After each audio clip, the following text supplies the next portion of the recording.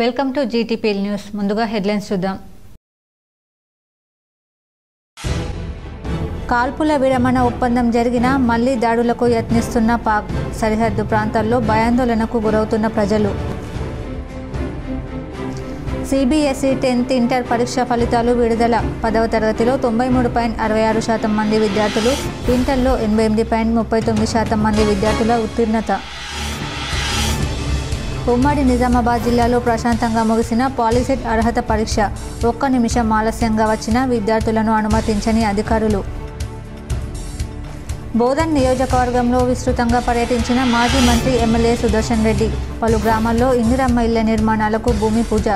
ఎడపల్లి తహసీల్దార్ కార్యాలయం తనిఖీ. దేశంలో చురుగ్గా కదులుతున్న నైరుతి రుతుపవనాలు. మే 27 నాటికి నైరుతి రుతుపవనాలు కేరళను తాకే అవకాశం ఉన్నట్లు భారత వాతావరణ శాఖ వెల్లడి. సందడిగా మారిన Nizamabad rural MLA doctor Bhupath Reddy నివాసం. పలువురు నాయకులు, కార్యకర్తలు మర్యాదపూర్వకంగా కలిసి సమస్యలు విన్నవించగా సానుకూలంగా స్పందించిన ఎమ్మెల్యే. అంకాపూర్లో మాజీ సర్పంచ్, సామాజిక సేవకుడు గడ్డం రాజారెడ్డి విగ్రహావిష్కరణ చేసిన ఎమ్మెల్యే రాకేష్ రెడ్డి ధన్పాల్. భారత్ పాక్ మధ్య సీజ్ ఫైర్ ప్రకటనతో రాకెట్ వేగంతో దూసుకుపోయిన సూచీలకు నేడు బ్రేక్. బోధన్ పట్టణంలో భగవద్గీత శ్లోకాలతో ఆకట్టుకుంటున్న 4 ఏళ్ల చిన్నారి. మాజీ మంత్రి బోధన్ ఎమ్మెల్యే సుదర్శన్ రెడ్డిని పంచాయతీరాజ్ మినిస్టరియల్ ఉద్యోగులు మర్యాదపూర్వకంగా కలిసి సన్మానించారు.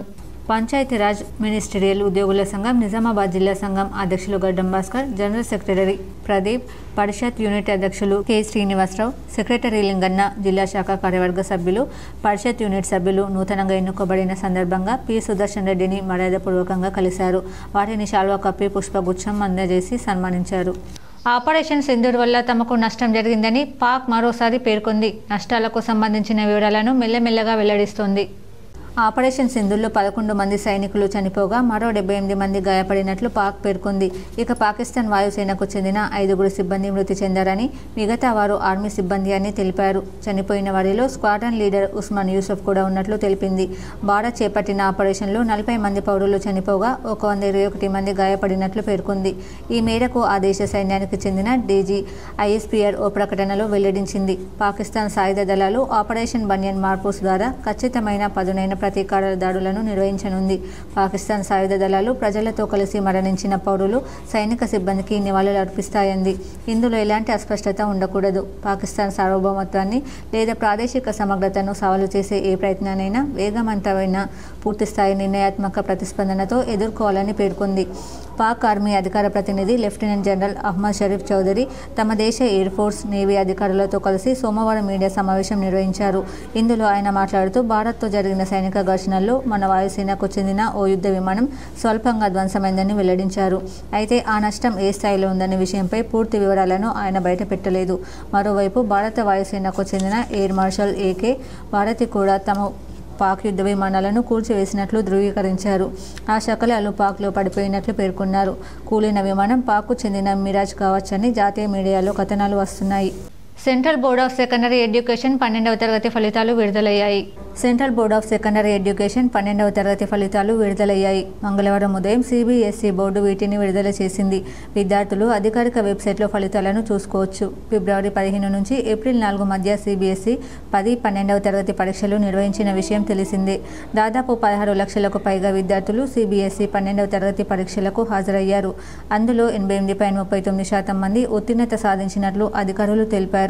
ఈ ఫలితాల్లో బాలుర కంటే బాలికలే ఎక్కువ శాతం ఉత్తీర్ణత సాధించినట్లు చెప్పారు. 1.15 లక్షలకు పైగా విద్యార్థులు 90% పైగా మార్కులు సాధించగా 24,000 మందికి పైగా విద్యార్థులు 95% పైగా మార్కులు సాధించినట్లు వివరించారు. విద్యార్థులు తాము సాధించిన స్కోర్ను వెబ్సైట్ల ద్వారా తెలుసుకోవచ్చు. రోల్ నంబర్, పుట్టిన తేదీ, స్కూల్ నంబర్, అడ్మిట్ కార్డు నంబర్లను ఎంటర్ చేయడం ద్వారా ఫలితాలు చెక్ చేసుకోవచ్చు. మరోవైపు సిబిఎస్ఈ 10వ తరగతి ఫలితాలపై స్పష్టత లేదు. బోధన్ నియోజకవర్గంలో మాజీ మంత్రి ఎమ్మెల్యే సుదర్శన్ రెడ్డి విస్తృతంగా పర్యటించారు. పలు గ్రామాల్లో ఇందిరమ్మ ఇళ్ల నిర్మాణానికి భూమి పూజ చేశారు. బోధన్ నియోజకవర్గంలో మాజీ మంత్రి ఎమ్మెల్యే సుదర్శన్ రెడ్డి విస్తృతంగా పర్యటించారు.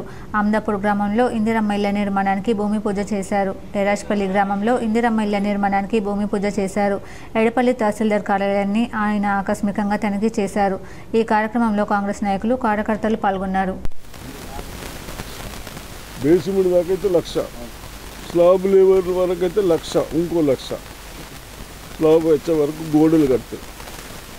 ఆ తర్వాత స్లాబ్ వేసినాక 2 లక్షలు, ఇటు 4 లక్షలు అయిపోతే చిన్న చిన్న ప్లాస్టింగ్ కానీ ఫ్లోరింగ్ కానీ అవన్నీ వేస్తే ఇంకో 1,00,000 ఇస్తాం. ఇక ఎంటదెంట ఇస్తాం. కాకపోతే ఎంటదెంట కట్టాలి. అదేవిధంగా ఆఫీసర్లకు కూడా నేను రిక్వెస్ట్ చేస్తూ ఉన్నాను, చిన్నవాళ్ళు వాళ్ళకు దాఖలా. నిజామాబాద్ జిల్లాలో పాలిసెట్ ఎంట్రన్స్ ఎగ్జామ్ ప్రశాంతంగా ముగిసింది. జిల్లా వ్యాప్తంగా మంగళవారం నిర్వహించిన పాలిసెట్ 2025 ప్రశాంతంగా ముగిసింది. ఉదయం 11 గంటల నుంచి మధ్యాహ్నం 1 గంటల 30 నిమిషాల వరకు పరీక్షలు నిర్వహించారు. 6,542 మంది విద్యార్థులు నమోదు చేసుకోగా 16 కేంద్రాలు ఏర్పాటు చేశామని వెల్లడించారు. నిమిషం నిబంధన ఉందని, నిర్ణీత సమయానికి గంట ముందు కేంద్రాలకు చేరుకోవాలని సూచించారు. 1 నిమిషం ఆలస్యమైన అభ్యర్థులను అనుమతించలేదు. Hall ticket, HB pencil, rubber, sharpener, పెన్నుతో మాత్రమే రావాలని, ఎలక్ట్రానిక్ వస్తువులకు అనుమతి లేదని స్పష్టం చేశారు. సెక్షన్ 163 అమల్లో ఉంటుందని, ఎక్కువ మంది గుమిగూడొద్దని, పరిసరాల్లో జిరాక్స్ సెంటర్లు కట్టివేయాలని సిపి సాయి చైతన్య స్పష్టం చేశారు. గ్రీష్మంతో మండుతున్న దేశానికి చల్లని కబురు వచ్చేసింది. దేశానికి అత్యధికంగా వర్షపాతాన్నిచ్చే నైరుతి రుతుపవనాలు మరింత చురుగ్గా కదులుతున్నాయి. మంగళవారం మధ్యాహ్నం నాటికి అవి దక్షిణ అండమాన్ సముద్రం, నికోబార్ దీవులు, దక్షిణ బంగాళాఖాతానికి చేరినట్లు భారత వాతావరణ విభాగం వెల్లడించింది. రుతుపవనాల ఆగమనం దృష్ట్యా గత 2 రోజులుగా నికోబార్ దీవుల్లో భారీ వర్షాలు కురుస్తున్నాయని పేర్కొంది. రానున్న 3-4 రోజుల్లో అండమాన్ నికోబార్ దీవులంతటితో పాటు దక్షిణ అరేబియా సముద్రం, బంగాళాఖాతం మధ్య వరకు విస్తరించేందుకు వాతావరణ పరిస్థితులు అనుకూలంగా ఉన్నాయని ఐఎండీ వెల్లడించింది. మే 27 నాటికి ఈ రుతుపవనాలు కేరళను తాకే అవకాశం ఉన్నట్లు ఇప్పటికే వాతావరణ శాఖ అంచనా వేసి సంగతి తెలిసింది. సాధారణంగా జూన్ 1 నాటికి రుతుపవనాలు పలకరిస్తుంటాయి. ఈసారి మాత్రం అంతకంటే ముందుగానే వచ్చేందుకు అవకాశాలు కనిపిస్తున్నాయి. అలా జరిగితే 2009 తర్వాత రుతుపవనాలు అంచనాల కంటే ముందుగా రావడం మళ్ళీ ఇప్పుడే అవుతుంది. ఆ ఏడాది మే 23నే నైరుతి రుతుపవనాలు కేరళను తాకాయి. ఈసారి సాధారణం కంటే ఎక్కువ వర్షపాతం నమోదయ్యే అవకాశం ఉందని వాతావరణ శాఖ తెలిపింది. మన దేశంలో 52% నికర సాగు భూమికి ఇప్పటికీ వర్షపాతమే ప్రధాన ఆధారం. దేశం మొత్తం వ్యవసాయ ఉత్పత్తిలో ఈ సాగు భూమి నుంచి ఏకంగా 40% దిగుబడి వస్తుంది. అందుకే భారత ఆహార భద్రత, ఆర్థిక స్థిరత్వంలో నైరుతి రుతుపవనాలు కీలక పాత్ర పోషిస్తాయి. దేశవ్యాప్తంగా తాగునీరు, విద్యుత్ ఉత్పత్తికి కీలకమైన జలాశయాలను తిరిగి నింపడానికి, దేశ జీడీపీ తోడ్పాటుకు ఇది ఎంతో ముఖ్యం. Rural MLA doctor Bhupath Reddy camp కార్యాలయం సందడిగా మారింది. నగరంలోని గూపన్పల్లి బైపాస్ రోడ్డులో గల rural MLA doctor Bhupath Reddy camp కార్యాలయంలో పలువురు నాయకులు, కార్యకర్తలు వచ్చి ఎమ్మెల్యే డాక్టర్ భూపత్ రెడ్డిని కలిసి నియోజకవర్గంలో పలు సమస్యలు విన్నవించారు. ఎమ్మెల్యే డాక్టర్ భూపత్ రెడ్డి సానుకూలంగా స్పందించి వాటి పరిష్కారానికి అధికారులతో మాట్లాడి పరిష్కరించారు. పలు అభివృద్ధి కార్యక్రమంలో భాగంగా లబ్ధిదారులకు కళ్యాణ లక్ష్మి దరఖాస్తులపై సంతకాలు చేశారు. నాయకులకు, కార్యకర్తలకు రానున్న స్థానిక ఎన్నికల్లో పార్టీ ప్రవేశపెడుతున్న పథకాలను ప్రజల్లోకి తీసుకెళ్లి భారీ మెజార్టీ ఇచ్చి గ్రామాల్లో అభివృద్ధి చేసుకోవాలని సూచనలు ఇచ్చారు. ఈ కార్యక్రమంలో డీసీసీ ప్రధాన కార్యదర్శి భాస్కర్ రెడ్డి, మోపల్ మండల అధ్యక్షులు సాయిరెడ్డి, జక్రన్పల్లి అధ్యక్షులు చిన్నారెడ్డి, కాంగ్రెస్ పార్టీ జిల్లా ఫిషరీస్ సంఘ అధ్యక్షుడు శ్రీనివాస్ తదితరులు పాల్గొన్నారు. అంకాపూర్ మాజీ సర్పంచ్, సామాజిక సేవకుడు రాజారెడ్డి కాంస్య విగ్రహాన్ని Armur MLA Rakesh Reddy, Nizamabad urban MLA Dhanpal ఆవిష్కరించారు. అంకాపూర్ మాజీ సర్పంచ్ గడ్డం రాజారెడ్డి కాంస్య విగ్రహాన్ని నిజామాబాద్ అర్బన్ ఎమ్మెల్యే ధన్పాల్ సూర్యనారాయణ మంగళవారం అంకాపూర్లో ఆవిష్కరించారు. ఈ కార్యక్రమంలో ఆర్మూరు ఎమ్మెల్యే రాకేష్ రెడ్డి, జాతీయ పసుపు బోర్డు చైర్మన్ పల్లె గంగారెడ్డి, గ్రామాభివృద్ధి కమిటీ, గ్రామ ప్రజలు పాల్గొని ఆయన గ్రామానికి చేసిన అభివృద్ధి పనులు, సేవా కార్యక్రమాలను స్మరించుకొని నివాళులర్పించారు. భారత్, పాకిస్తాన్ల మధ్య సీజ్ ఫైర్ ప్రకటనతో సోమవారం రాకెట్ వేగంతో దూసుకుపోయిన సూచీలు మంగళవారం మాత్రం డీలపడ్డాయి. ఇన్వెస్టర్లు లాభాల స్వీకరణకు దిగడంతో భారీ నష్టాలతో ముగిశాయి. మంగళవారం ఉదయం సెన్సెక్స్ 180 పాయింట్ల స్వల్ప లాభంతో ప్రారంభమై ఇంట్రాడేలో గరిష్టంగా 143 పాయింట్లు లాభపడింది. ఆ తర్వాత ఇన్వెస్టర్లు లాభాల స్వీకరణకు మొగ్గు చూపడంతో ఇంట్రాడే గరిష్టాల నుంచి 1529 పాయింట్లు నష్టపోయింది. నిఫ్టీ 60 పాయింట్ల నష్టంతో ప్రారంభమై ఇంట్రాడేలో గరిష్టంగా 49 పాయింట్లు లాభపడింది. అక్కడి నుంచి 426 పాయింట్లు క్షీణించింది. చివరికి సెన్సెక్స్ 1281 పాయింట్ల నష్టంతో 81,140 వద్ద, నిఫ్టీ 346 పాయింట్ల నష్టంతో 24,578 వద్ద స్థిరపడ్డాయి. భారత్ పాక్ల మధ్య ఉద్రిక్తతలు కొనసాగుతుండడం, యుఎస్ చైనాల మధ్య సుంకాల తగ్గింపునకు కుదిరిన ఒప్పందం భారత్కు ప్రతికూలంగా మారనుండడం, అమెరికా నుంచి దిగుమతి చేసుకునే స్టీల్, అల్యూమినియం ఉత్పత్తులపై ప్రతీకార సుంకాలు పెంచాలని భారత్ నిర్ణయించడం, గత ట్రేడింగ్ సెషన్లో భారీ లాభాలు వచ్చినందుకు ఇన్వెస్టర్లు లాభాల స్వీకరణకు మొగ్గు చూపడంతో ప్రధాన సూచీలు పతనమయ్యాయి. బోధన్లో భగవద్గీత శ్లోకాలతో 4 ఏళ్ల చిన్నారి ఆకట్టుకుంటుంది. బోధన్ పట్టణానికి చెందిన రిషిప్రియ దంపతుల 4 ఏళ్ల కూతురు ధన్విక భగవద్గీతలోని శ్లోకాలను చెబుతూ అందరినీ ఆశ్చర్యపరుస్తుంది. చిన్నారి చెబుతున్న శ్లోకాలు సామాజిక మాధ్యమాల్లో వైరల్ కావడంతో పలువురు చిన్నారిని తల్లిదండ్రులను అభినందిస్తున్నారు. చిన్న వయసులోనే ధన్వికకు తల్లి ప్రియ భగవద్గీతను బోధిస్తూ ఆదర్శంగా నిలుస్తుంది.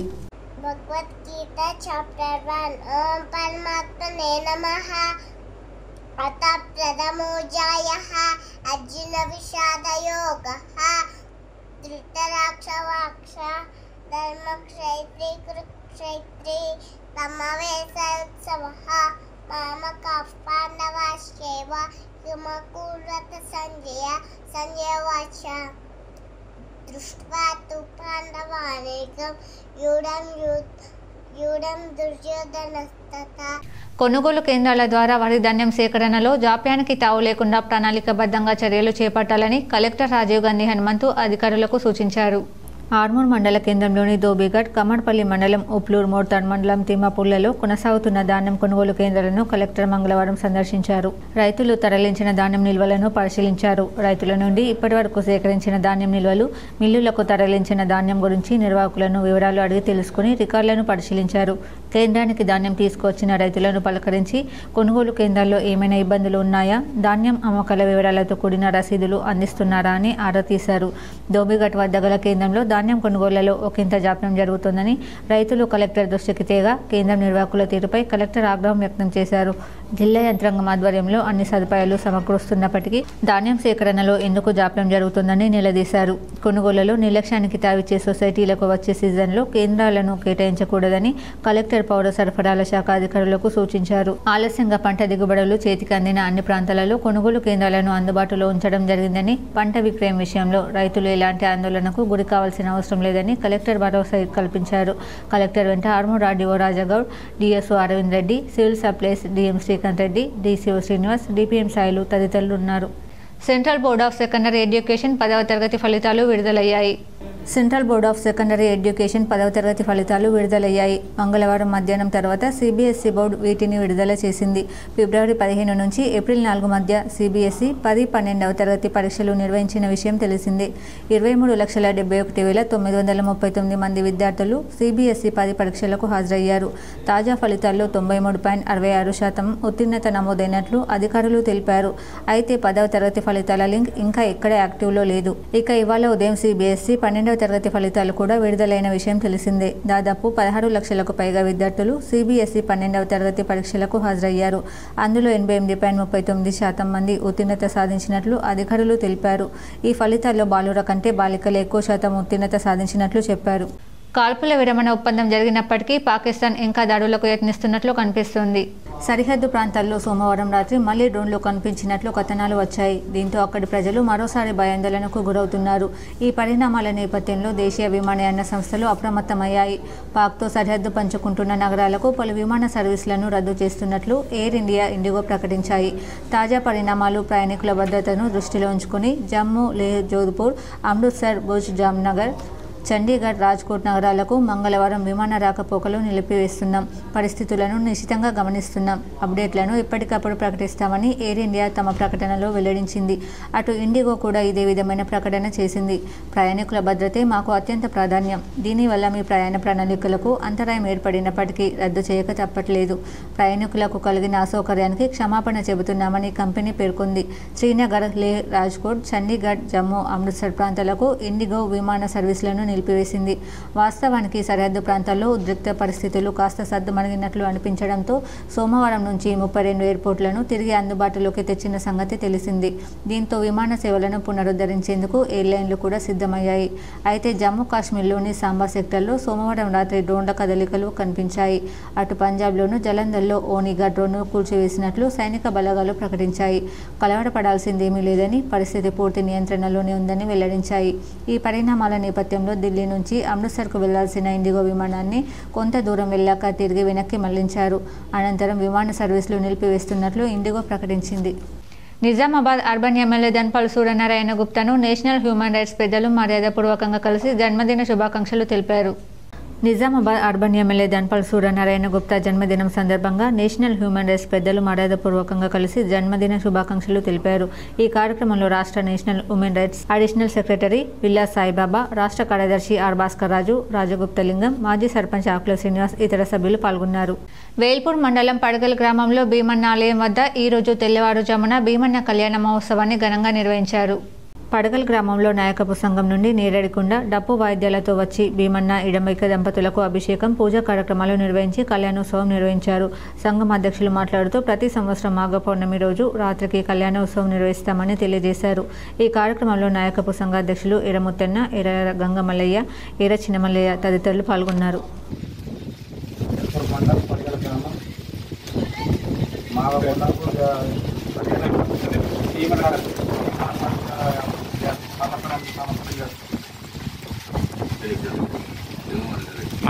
మద్యం తాగి వాహనాలు నడిపిన 24 మందికి జైలు శిక్ష, 22 మందికి జరిమానా విధించారు. వివరాలు ఇలా ఉన్నాయి. Nizamabad police commissioner P Sai Chaitanya IPS ఆదేశానుసారంగా నిజామాబాద్ డివిజన్ పరిధిలోని అన్ని పోలీస్ స్టేషన్ పరిధిలలో వాహనదారులు మద్యం తాగి వాహనాలు నడపడం వలన 46 మందికి డ్రంక్ అండ్ డ్రైవ్ టెస్టులు నిర్వహించడం జరిగింది. ఇందులో భాగంగా మే 13 నాడు నిజామాబాద్ డివిజన్ పరిధిలోని పోలీస్ స్టేషన్ పరిధిలలో పలు పోలీస్ స్టేషన్ల వారీగా పట్టుబడిన వారికి సంబంధిత పోలీస్ స్టేషన్ అధికారులు కౌన్సిలింగ్ నిర్వహించి వారిని నేడు జిల్లా మార్నింగ్ కోర్టులో హాజరుపరచగా వారికి నూర్జహాన్ బేగం స్పెషల్ జ్యుడిషియల్ 2వ క్లాస్ మెజిస్ట్రేట్ శిక్ష విధించారు.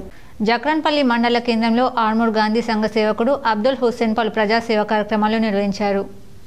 ఆర్మూర్లో ఆటో నడుపుతూ జీవించే మహమ్మద్ అబ్దుల్ హుస్సేన్ గత 30 సంవత్సరాలుగా ప్రజాసేవ చేస్తూ ఆర్మూర్ గాంధీ పేరు పొంది పలు పత్రికలలో, టీవీ ఛానల్లో దర్శనమిచ్చిన గాంధీ ఈరోజు జక్రన్పల్లి మండల కేంద్రంలో విపరీతమైన ఎండ కొడుతున్న సందర్భంగా ప్రయాణికులకు, ఉపాధి హామీ కూలీలకు, రోడ్ల వెంటే తిరిగే యువకులకు తన ఆటోలో వాటర్ని తీసుకుని అందరికీ తాగునీరు అందించాడు. ఈ సమాచారం తెలుసుకున్న మండల మాజీ కోఆప్షన్ నెంబర్ ములేట్ అక్బర్ ఖాన్ అంబేద్కర్ చౌక్ వద్ద అతని ఘనంగా సన్మానించి సత్కరించాడు. మనకు అదృష్టం అనుకుంటా ఇట్లాంటి పెద్ద మనుషులతో నేర్చుకొని మేము కూడా ఆ బాటలో నడాలా, మా పిల్లలు కూడా ఇట్లాంటి నడిచి ఇట్లా సేవలు చేసుకోవాలా, మేమంతా కలిసిమెలిసి ఉండాలన్నట్టు మళ్ళొకసారి మన K6 వారిగా వైరల్ చేస్తే మరి కొందరు ఇట్లాంటి పెద్ద మనిషితో నేర్చుకొని ఇట్లాంటి బాటలను నడాలన్నట్టు నాది ఒక కోరిక.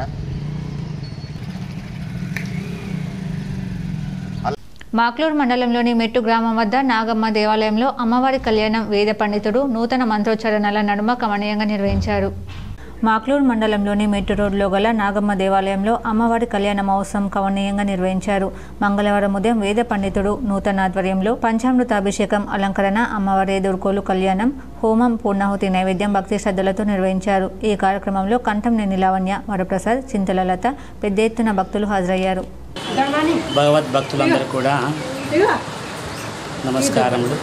ఈ రోజున మెట్టు శివారులో ఉన్నటువంటి నాగదేవాలయం లోపల స్వామి అమ్మవార్ల యొక్క తిరుకళ్యాణ మహోత్సవము జరగనుంది. ఈ రోజున ప్రతి ఏటా వైశాఖ శుక్లపక్షమి పాడ్యం 13వ తారీఖు రోజున చక్కగా అమ్మవార్ల కళ్యాణము నిర్వర్తిస్తూ ఉన్నారు. మరి ఇక్కడ ఎప్పుడు కూడా ప్రతి ఒక్క భక్తులు కూడా ఈ నెల 20న దేశవ్యాప్త సార్వత్రిక సమ్మెను జయప్రదం చేయాలని టీయూసీఏ రాష్ట్ర ప్రధాన కార్యదర్శి ఎం సుధాకర్ పిలుపునిచ్చారు. ప్రగతిశీల KGBV non teaching workers association ఆధ్వర్యంలో డీఈఓ కార్యాలయంలో ఏడీ నాగజ్యోతికి ఈ నెల 20న దేశవ్యాప్తంగా జరిగే సార్వత్రిక సమ్మె నోటీసును అందజేశారు.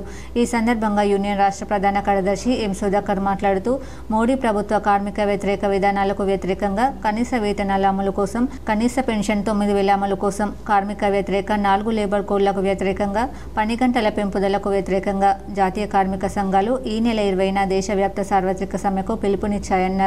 ఈ సమ్మెలో KGBV model school non teaching సిబ్బంది పాల్గొంటారన్నారు. సుప్రీంకోర్టు తీర్పు సమాన పనికి సమాన వేతనాన్ని అమలు చేయాలని, తక్షణమే కనీస వేతనాలు 26,000 ఇవ్వాలని, ఉద్యోగ ఆహార భద్రత కల్పించాలని, కాంట్రాక్ట్ అవుట్సోర్సింగ్ కార్మికులందరినీ పర్మనెంట్ చేయాలని డిమాండ్ చేశారు. ఈ కార్యక్రమంలో యూనియన్ జిల్లా ప్రధాన కార్యదర్శి సుమలత, నాయకురాలు రాధా, సువర్ణ తదితరులు పాల్గొన్నారు. ఈ నెల 20వ తేదీన దేశవ్యాప్తంగా జరిగే సార్వత్రిక సమ్మెలో భాగంగా KGBV non teaching workers union టీయూసీఐగా ఈరోజు జిల్లా విద్యాధికారి కార్యాలయంలో సమ్మె నోటీసును ఇవ్వడం జరిగింది. ఈ సందర్భంగా కేజీబీవీ నాన్ టీచింగ్ వర్కర్లకి కనీస వేతనాలు అమలు కావడం లేదు. అదేవిధంగా వాళ్ళని పర్మనెంట్ చేస్తాన్న ప్రభుత్వ హామీ అమలు కాలేదు. సుప్రీంకోర్టు తీర్పు ప్రకారం సమాన పనికి సమాన వేతనం కూడా అమలు కావట్లేదు. వీళ్ళకి సంబంధించినటువంటి హక్కుల్ని కాలరాసేలా కార్మిక లేబర్ కోడ్లు 4 లేబర్ కోడ్లని తీసుకొచ్చే ప్రయత్నం చేస్తున్నది మోడీ ప్రభుత్వం. దీన్ని నిరసిస్తూ ఈ నెల 20న దేశవ్యాప్తంగా జరిగే సమ్మెలో కేజీబీవీ నాన్ టీచింగ్ వర్కర్లు వేల్పుల్లో గంజాయి అమ్ముతున్న వ్యక్తిని ఎక్సైజ్ పోలీసులు పట్టుకున్నారు. వివరాలు ఇలా ఉన్నాయి. Nizamabad excise deputy commissioner V Somireddy ఆదేశాల మేరకు ఎన్డీపీఎస్ స్పెషల్ డ్రైవ్లో భాగంగా నిన్న రాత్రి ఎన్ఫోర్స్మెంట్ విభాగం వారు నిర్వహించిన తనిఖీల్లో వేల్పూర్ గ్రామంలో గంజాయి అమ్ముతున్న వ్యక్తి యాళ్ల రిష్వత్ను అదుపులోకి తీసుకుని 750 గ్రాముల గంజాయిని, ఒక బైక్ను, సెల్ ఫోన్ను స్వాధీనం చేసుకుని కేసు నమోదు చేయడం జరిగింది. ఆ తర్వాత ఆర్మూర్ పట్టణంలో సోదాలు నిర్వహించి ఇద్దరు వ్యక్తులు షేక్ సమీర్, షేక్ కలీం అనే వ్యక్తుల నుండి 2.3 కిలోల గంజాయిని, 2 బైక్లను, 2 సెల్ ఫోన్లను స్వాధీనం చేసుకుని కేసులు నమోదు చేశారు. మొత్తం 3 కేసులు నమోదు చేసి 3 వ్యక్తుల నుండి 3.50 కిలోల గంజాయిని, 3 బైక్లు, 3 ఫోన్లను స్వాధీనం చేసుకున్నారు. ఈ దాడుల్లో సిఐ వెంకటేష్, ఎస్ఐ నరసింహాచారి, సిబ్బంది భూమన్న, గంగారం, విష్ణు, సాయికుమార్ పాల్గొన్నారు. గంజాయి అమ్మితే కఠిన చర్యలు తీసుకుంటామన్నారు. వరి ధాన్యం తూకంలో వ్యత్యాసం రాకూడదని అదనపు కలెక్టర్ అన్నారు. మంగళవారం లింగంపేట్ మండలం కోమటిపల్లి, పోతాయిపల్లి ధాన్యం కొనుగోలు కేంద్రాలను అదనపు కలెక్టర్ పరిశీలించారు. ప్రస్తుతం వాతావరణ శాఖ సమాచారం మేరకు అకాల వర్షాలు కురిసే ఆస్కారం ఉందని, రైతులు ధాన్యం కుప్పలపై టార్పాలిన్ కప్పి వేయాలని తెలిపారు.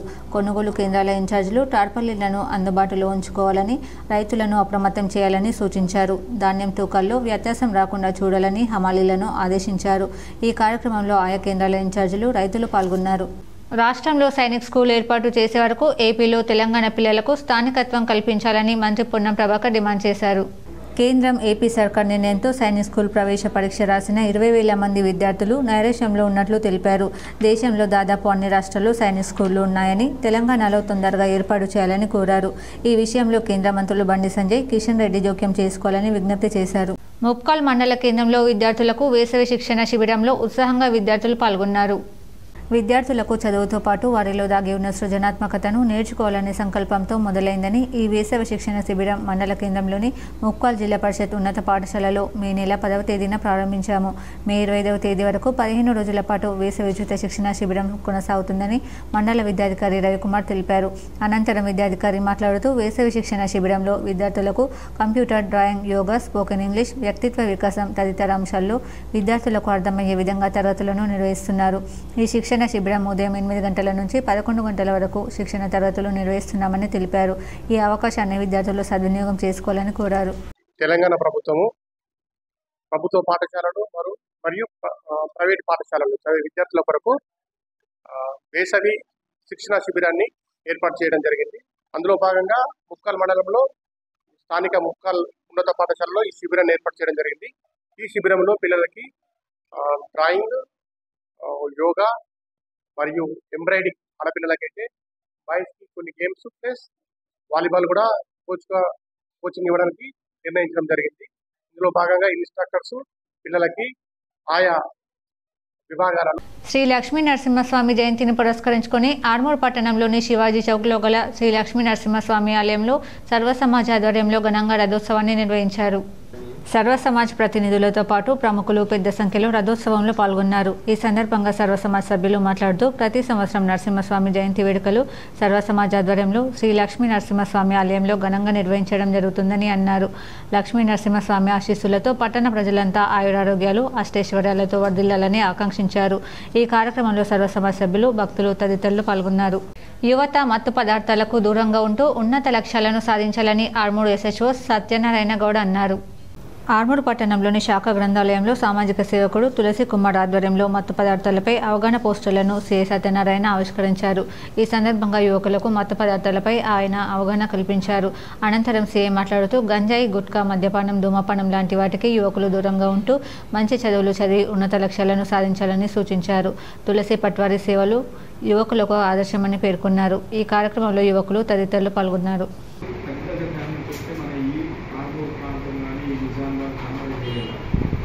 ఎస్పెషల్లీ మన వ్యవసాయ తల్లిదండ్రులు ఏంటంటే ఐడెంటిఫై సాహసికంగా వచ్చిన పనులు లేదు. అది మన అంటే ఎక్కువ తెల్లగల్లో అవుతుంది. అది దాని కారణం వల్ల ఆలోచన శక్తిని కోల్పోతాడు. అక్కడ ఏం చేస్తుంటాడు, ఆ టైంకి రావడం, షూరింగ్ రావడం, పిచ్చి పిచ్చి చేయడం, హెల్త్ అనేది ఒక కంట్రోల్లో ఉండదు. దానికి ఎడిక్ట్ అయిపోతాడు. అది తల్లిదండ్రులు కూడా అది. ఆర్మూర్ పట్టణంలో పద్మశాలి సంఘం ఆధ్వర్యంలో ముంబై నగరానికి చెందిన ప్రముఖ సింగర్ జాహ్నవిని ఘనంగా సన్మానించి అభినందించారు. ఈ సందర్భంగా సంఘ సభ్యులు మాట్లాడుతూ పద్మశాలి ముద్దు బిడ్డ జాహ్నవి యూట్యూబ్ ఛానల్ ద్వారా టాప్ సింగర్గా ఎదగడం గర్వకారణమని, యూట్యూబ్ ఛానల్ను అమ్మ పాటతో అరంగేట్రం చేసి 9 మిలియన్ లైక్లతో అగ్రస్థానంలో నిలిచిన యువకురాలని కొనియాడారు. నేటి యువతకు ఆమె ఎంతో ఆదర్శమని అన్నారు. ఈ కార్యక్రమంలో పద్మశాలి సంఘం సభ్యులు తదితరులు పాల్గొన్నారు.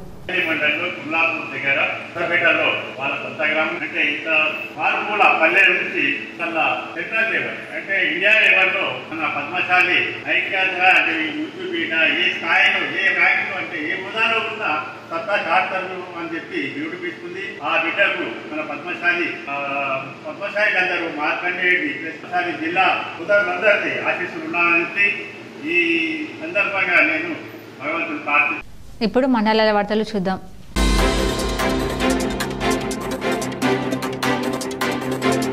జిల్లా వైద్య ఆరోగ్య శాఖ అధికారి డాక్టర్ వెంకటరమణ, పిఓఎంసీహెచ్ డాక్టర్ సనజ వీరియాతో కలిసి పట్టణ ఆరోగ్య కేంద్రం హౌసింగ్ బోర్డు కాలనీలో మంగళవారం జరుగుతున్న ఆరోగ్య మహిళా హెల్త్ క్యాంప్ పరిశీలించి అక్కడి వచ్చిన మహిళలకు వారికి అందుతున్న వైద్య సేవలు, సదుపాయాల గురించి అడిగి తెలుసుకున్నారు.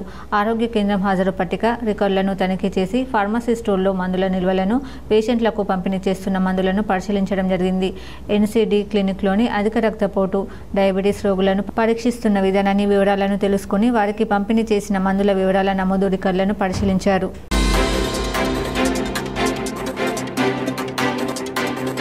కరీంనగర్ జిల్లా దుద్దేనపల్లి బొమ్మకల్లో భూభారతి రెవెన్యూ సదస్సులను కలెక్టర్ పరిశీలించారు. భూ సమస్యల శాశ్వత పరిష్కారం కోసం ప్రభుత్వం నూతనంగా ప్రవేశపెట్టిన భూభారతి చట్టం అమలులో భాగంగా పైలట్ మండలం సైదాపూర్లో నిర్వహిస్తున్న రెవెన్యూ సదస్సులను ప్రజలు సద్వినియోగం చేసుకోవాలని జిల్లా కలెక్టర్ పమిల సత్పతి సూచించారు. భూభారతి పైలట్ ప్రాజెక్ట్ రెవెన్యూ సదస్సులలో భాగంగా సైదాపూర్ మండలం దుద్దేనపల్లి గ్రామ పంచాయతీ భవనంలో బొమ్మకల్ జిల్లా పరిషత్ ఉన్నత పాఠశాలలో మంగళవారం నిర్వహించిన రెవెన్యూ సదస్సులకు కలెక్టర్ హాజరయ్యారు. రైతులు ప్రజలతో ముఖాముఖి మాట్లాడి వారి సమస్యల గురించి అడిగి తెలుసుకున్నారు. భూభారతి చట్టంపై రైతుల సందేహాలను నివృత్తి చేశారు. భూ సమస్యలు పరిష్కరించి రైతులకు వారి భూములపై పూర్తి హక్కులు కల్పించేందుకు ప్రభుత్వం భూభారతి చట్టం అమలు చేస్తుందని కలెక్టర్ తెలిపారు. ఇప్పటికే అన్ని మండలాల్లో నూతన చట్టం గురించి అవగాహన కల్పించామని గుర్తు చేశారు. ప్రభుత్వ ఆదేశాల మేరకు సైదాపూర్ మండలాన్ని పైలట్ ప్రాతిపదికన ఎంపిక చేసి గ్రామాల వారీగా రెవెన్యూ సదస్సులు నిర్వహిస్తున్నామన్నారు.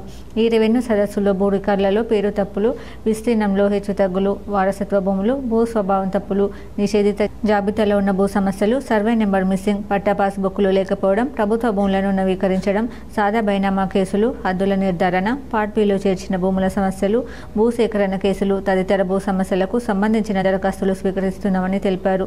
భూభారతి కొత్త ఆర్ఓఆర్ చట్టం ప్రకారం అధికారులు క్షేత్రస్థాయిలో విచారణ జరిపి నిర్దేశిత గడువులోపు భూ సమస్యలు పరిష్కరిస్తారని తెలిపారు. వివిధ కారణాల వల్ల రెవెన్యూ సదస్సులో అర్జీలు సమర్పించే అవకాశం లభించని వారు తర్వాత కూడా దరఖాస్తు చేసుకోవచ్చని, అధికారులు అందుబాటులో ఉండి అర్జీలు స్వీకరిస్తారని తెలిపారు. క్షేత్రస్థాయి పరిశీలన, విచారణ కోసం వచ్చే రెవెన్యూ బృందాలకు సహకరించాలని కలెక్టర్ కోరారు. భూ సమస్యలను పరిష్కరించుకుని భూ వివాదాలు లేని గ్రామాలుగా పల్లెలను తీర్చిదిద్దుకోవాలని సూచించారు. పైలట్ ప్రాజెక్టు కింద అమలు చేస్తున్న రెవెన్యూ సదస్సులను మండలంలోని అన్ని గ్రామాల రైతులు, ప్రజలు సద్వినియోగం చేసుకోవాలని సూచించారు. సైదాపూర్లోని రెవెన్యూ గ్రామాలలో ఈ నెల 20వ తేదీ వరకు సదస్సులు పూర్తయ్యాక ప్రభుత్వ ఆదేశాల మేరకు జిల్లాలోని మిగతా అన్ని మండలాలలో రెవెన్యూ గ్రామాల వారీగా సదస్సులు నిర్వహిస్తామని అన్నారు. సదస్సులో వచ్చిన దరఖాస్తులను వెంటనే పరిశీలిస్తూ సత్వర పరిష్కారానికి అనువుగా ఉన్న వాటిని వేరుగా నమోదు చేసి రెవెన్యూ సదస్సులో ముగిసేలోగా పరిష్కరించాలని అధికారులను ఆదేశించారు. మీ సేవ ఆన్లైన్లో నమోదు చేయాల్సిన అవసరం ఉంటే రైతులకు సహకరించి నమోదయ్యేట్టుగా చూడాలని తెలిపారు. సదస్సులో హుజరాబాద్ ఆర్డీఓ రమేష్ బాబు, తహసీల్దార్లు కనకయ్య, శ్రీనివాస్, రెవెన్యూ అధికారులు, సిబ్బంది పాల్గొన్నారు.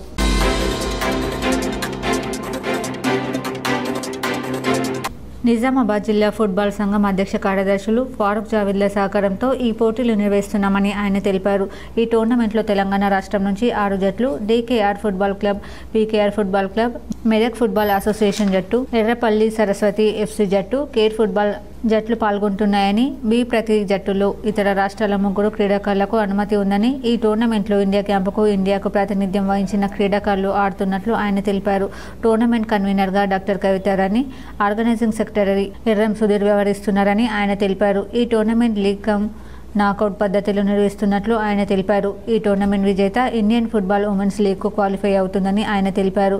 జిల్లాలో మొట్టమొదటిసారి ఫ్లడ్ లైట్స్లో ఈ టోర్నమెంట్ నిర్వహిస్తున్నట్లు ఆయన అన్నారు. ఈ నెల 15న టోర్నమెంట్ ప్రారంభ కార్యక్రమానికి పీసీసీ అధ్యక్షులు మహేష్ కుమార్ గౌడ్ హాజరవుతున్నట్లు ఆయన పేర్కొన్నారు.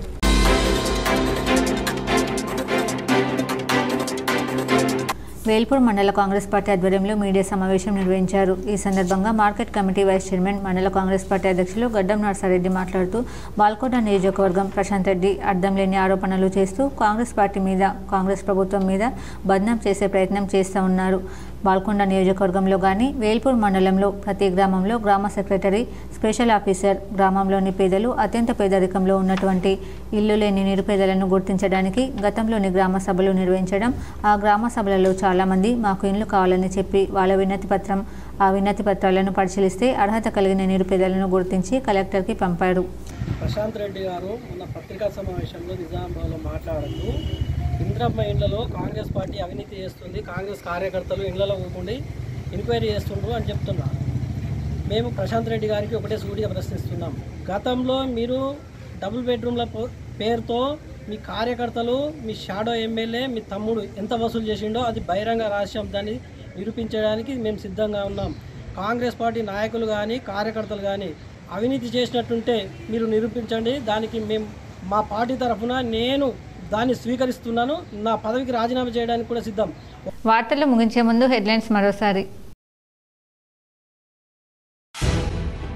కాల్పుల విరమణ ఒప్పందం జరిగినా మళ్లీ దాడులకు యత్నిస్తున్న పాక్, సరిహద్దు ప్రాంతాల్లో భయాందోళనకు గురవుతున్న ప్రజలు. సిబిఎస్ఈ 10th ఇంటర్ పరీక్ష ఫలితాలు విడుదల. 10వ తరగతిలో 93.66% మంది విద్యార్థులు, ఇంటర్లో 88.39% మంది విద్యార్థుల ఉత్తీర్ణత. ఉమ్మడి నిజామాబాద్ జిల్లాలో ప్రశాంతంగా ముగిసిన పాలిసెట్ అర్హత పరీక్ష. 1 నిమిషం ఆలస్యంగా వచ్చిన విద్యార్థులను అనుమతించని అధికారులు. బోధన్ నియోజకవర్గంలో విస్తృతంగా పర్యటించిన మాజీ మంత్రి ఎమ్మెల్యే సుదర్శన్ రెడ్డి. పలు గ్రామాల్లో ఇందిరమ్మ ఇళ్ల నిర్మాణాలకు భూమి పూజ. ఎడపల్లి తహసీల్దార్ కార్యాలయం తనిఖీ. దేశంలో చురుగ్గా కదులుతున్న నైరుతి రుతుపవనాలు. మే 27 నాటికి నైరుతి రుతుపవనాలు కేరళను తాకే అవకాశం ఉన్నట్లు భారత వాతావరణ శాఖ వెల్లడి. సందడిగా మారిన Nizamabad rural MLA doctor Bhupath Reddy నివాసం. పలువురు నాయకులు, కార్యకర్తలు మర్యాదపూర్వకంగా కలిసి సమస్యలు విన్నవించగా సానుకూలంగా స్పందించిన ఎమ్మెల్యే. అంకాపూర్లో మాజీ సర్పంచ్, సామాజిక సేవకుడు గడ్డం రాజారెడ్డి విగ్రహావిష్కరణ చేసిన ఎమ్మెల్యే రాకేష్ రెడ్డి ధన్పాల్. భారత్ పాక్ మధ్య సీజ్ ఫైర్ ప్రకటనతో రాకెట్ వేగంతో దూసుకుపోయిన సూచీలకు నేడు బ్రేక్. బోధన్ పట్టణంలో భగవద్గీత శ్లోకాలతో ఆకట్టుకుంటున్న 4 ఏళ్ల చిన్నారి. ఈ వార్తలు ఇంతటితో సమాప్తం. తిరిగి ప్రసారమయ్యే వార్తల్లో మళ్ళీ కలుద్దాం. అంతవరకు చూస్తూనే ఉండండి మీ జీటీపీఎల్ న్యూస్.